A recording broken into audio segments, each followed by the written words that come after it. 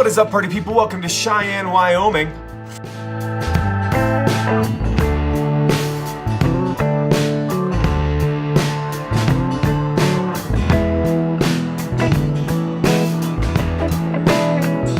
If you're planning a trip to the capital of Wyoming, you've got to check out the Frontier Days Old West Museum.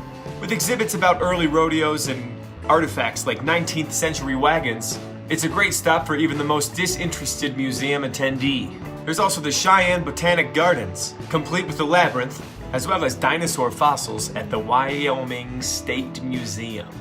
Here we play the Cheyenne Civic Center.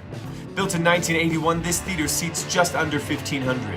Located in the heart of downtown Cheyenne, it's a convenient walk to plenty of restaurants in the area. While we're in Wyoming, we're staying at the historic Plains Hotel. This is one of the more interesting hotels we're staying at because there are rumors that it is haunted. This hotel first opened its doors in 1911, and apparently there are two different stories leading to how it may be haunted. There was supposedly a killer who pushed somebody out the 4th floor window, and also there was a bride who killed her new husband after she found him with a prostitute. Apparently she killed him and the prostitute and then herself. And there are reports of different ghosts haunting this hotel.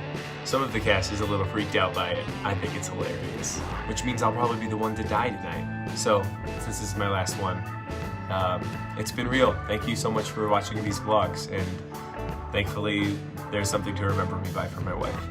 This was another one-nighter for us, so we didn't have as much time to explore as we would like, but what we got to see of Cheyenne, we thoroughly enjoyed. Next stop, Beaver Creek, Colorado.